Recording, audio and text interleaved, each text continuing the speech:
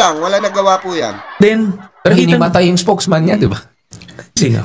May isang time yung spokesman ni Bina, hinimatay sa press conference. I don't even remember that. I don't know. Mine is Pepper Philippe Delinquart, did a lot of expose. And then, tinanong sa hinimatay yung spokesman, hindi nila ma-explain. It was so overwhelming. Siguro, yeah. You should watch Kasi ang naalala kong spokesman niya, si John B. Cremulla. Yung babae na bata na parang mabait. Until he transferred, ito si John B. Nag-defect, parang hopeless case to. Talagang, tinalikuran niya. So that speaks about the character of that guy. Anyway. May shade, may tea pala. So, on another point, sabi ko nga, sila mismo naka-realize nun. So, una, binabanatan, sinisiraan. But, we presented it na tipong, ito yun, you see for yourself, hindi kayo niloloko. Nakita nila. Then, they started turning away from Binay and started looking elsewhere. Interesting. So, that was high 70s, low 80s. Ito, nasa mid-30s na. Nag-plateau na ito. She's not, wala siyang novelty factor. Diba? She's a known quality or lack thereof. So yan na ngayon, that's what you're working with. So may ceiling na siya. It's just a question of how low it will go na from now. Yes. Ngayon, kaya nga kailangan yung mga investigations, the impeachment, itong cases, para makita nyo naman. Hindi naman kayo niloloko na iniimbentohan kayo. Ngayon, kung mapakita natin na ito yan, magnanakaw yan, ganito yan, ang dami niyang ginagawa, involved yan sa kung ano-ano. Tapos, you voted for her anyway, hindi na tayo nagulang. Di ba? Pero it's on you. Pagka pinili mo yung, hindi, gusto ko kahit magnanakaw yan, iboboto ko. Pagka ninakawang ka later on, huwag ka magreklamo. Kasi binoto mo, magnanakaw Di ba? Ginusto mo yan. Ginusto mo yan. Pero, sabi ko, teka muna, kahit ganun kasi, madadamay naman tayo na ayaw natin ng magnanakaw na mamumuno. Kaya, let's do everything we can now para to make sure hindi mangyari yan. Tama. Work is a pain in the apps. My files are in this app. My chat's in this app. Natin ng magnanakaw na mamumuno. Kaya, let's do everything we can now para to make sure hindi mangyari yan. Senator, can we expect a knockdown early next year? Because, one of the reasons why Sara, aside from the Supreme Court in my contempt case, I'll be careful about saying what that was. But one of the reasons why Sara was confident always about impeachment is there were enough senators who were willing to lawyer for her. Let's just be honest about it. Pero there's a chance a lot of the senators are now facing serious corruption investigation, and at least one, if not two of them, could face even ICC arrest. So magiging cardboard na yung iba sa kanila. Like, can we talk about that? Kasi kung mawala yung cushion na yan sa Senate, and the Supreme Court only stopped it until next February, then she's gonna be very vulnerable, isn't she? Yes. At least politically. I mean, at least politically. In terms of at least lalabas itong mga articles of impeachment na hindi din-discuss last year. This year, by the way. Earlier this year. Yes. Una-una, hindi na maiiwasan yan. Whether the administration will have a hand on it or not, meron magpa-file. Diba? Yung progressive groups, yung middle forces, magpa-file yan na impeachment. Ngayon, because of the Supreme Court ruling, kailangan magkaroon ng hearing. Correct. So you'll have 60 days of uninterrupted hearings na walang DDS senators na mag-i-intervene. Exactly. Walang abogado. Walang mag-abogado sa House ito. Parang quadcom type hearing ito. Correct. So mangyayari yan for at least the next 3 months hanggang Holy Week na naman yan. Then, doon mo na ngayon makikita kung iaakyat yun, iaakyat sa Senate or not, it will go down to a vote, di ba? O pag umakyat sa Senate, titingnan ngayon yung demeanor ng mga senador. So, pag lumabas yung mga evidence, the people themselves will be the judge. Ngayon, sila, representatives of the people, kailangan magre-reflect yung decision nila dun sa opinion nung taong bayan. Kasi, na base doon sa expose na evidence-based. Doon sa evidence. Just be clear, this is not popularity contest. And sa trial kasi yun eh. Unadulterated. Ito yung kaibahan, mga kababayan. Highlights lang natin bago tayo magtapos. Okay? Kasi 1 oras na rin tayo. Ito yung isa sa mga sinasabi natin, mga kababayan, na kailangan tayo, factual, yung titignan natin. Okay? Yung may mga solid evidence na binibigay or pinapakita sa atin, 'di ba? sa social media, hindi lang basta pag meron tayo narinig, that's it.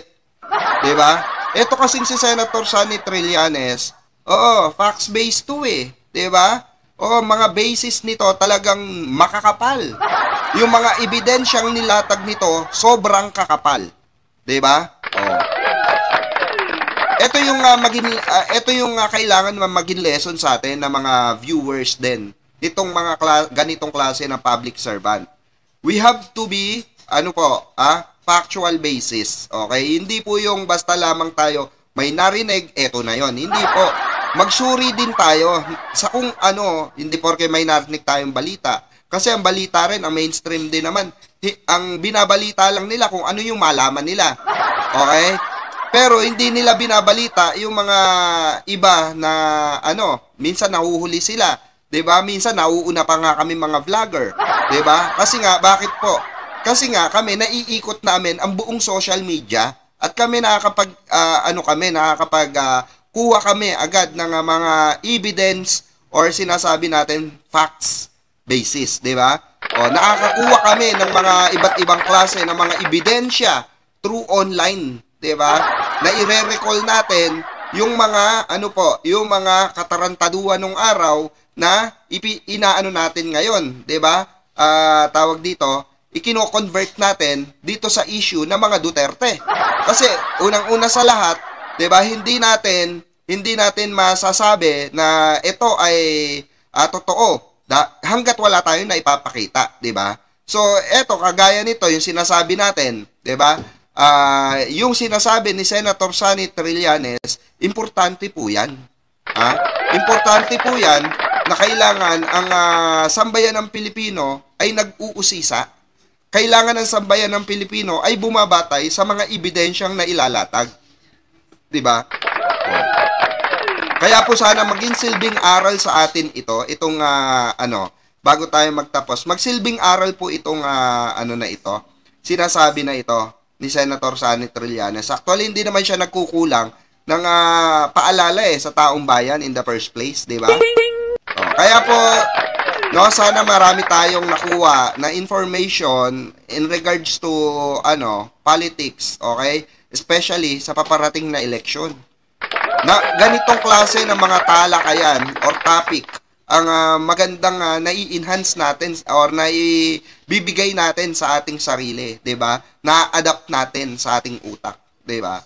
Bakit po? Kasi very important to kasi tayong may mga edad na, may mga next generation pa na masasabi natin sa mga anak natin, apo natin na, ay, eto apo, dapat yung kunin mo, yung ganito, yung iboto mo, ganyan, 'di ba? Hindi lang basta-basta. Kasi tayo rin mismo, sa atin rin manggagaling yung pagtuturo sa mga anak natin, apo natin, sa mga darating na panahon, 'di ba? Syempre kung makikita ng mga apo natin, ng mga anak natin na didilis ang utak natin, 'di ba? Gamunggo, durug pa kagaya ng mga DDS na sumasamba sa isang politiko na hindi nila alam sobrang dungis, 'di ba? Na sobrang dami ng anomalyang pinasok dito saan po sa ating bansa, 'di ba? Unang-una na po yung pogo na sinasabi ni Digong, 'di ba? Na malinis, 'di ba?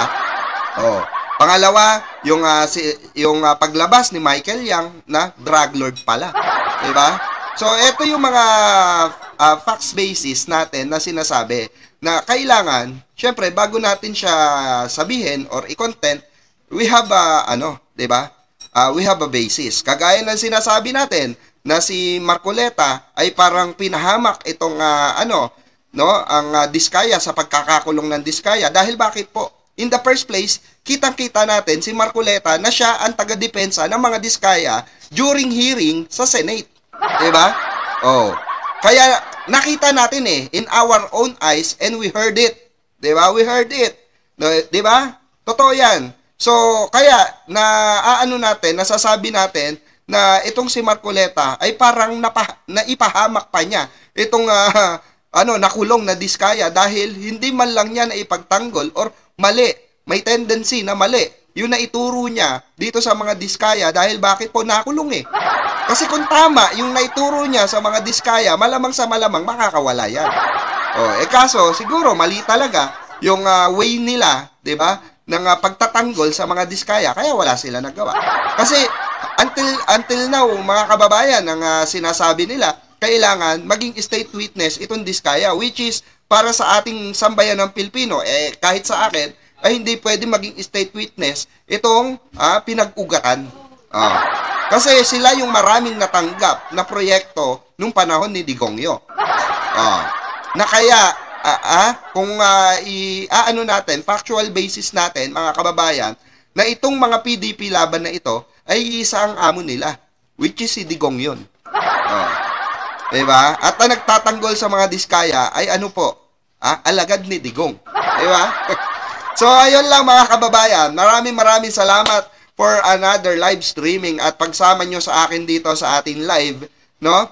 Kaya mga kabenggador, mga kabirador, no? Maraming salamat po sa inyong pakikinig at pag-antabay sa ating mga live streaming. Ayan, pa-like and share kung nagustuhan nyo po itong video natin ngayon, itong live natin ngayon.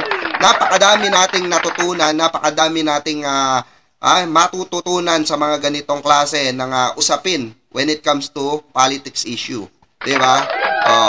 Kaya maraming salamat po. Ayan, sa lahat po ng ating viewers, 21 million viewers, shoutout po sa inyo.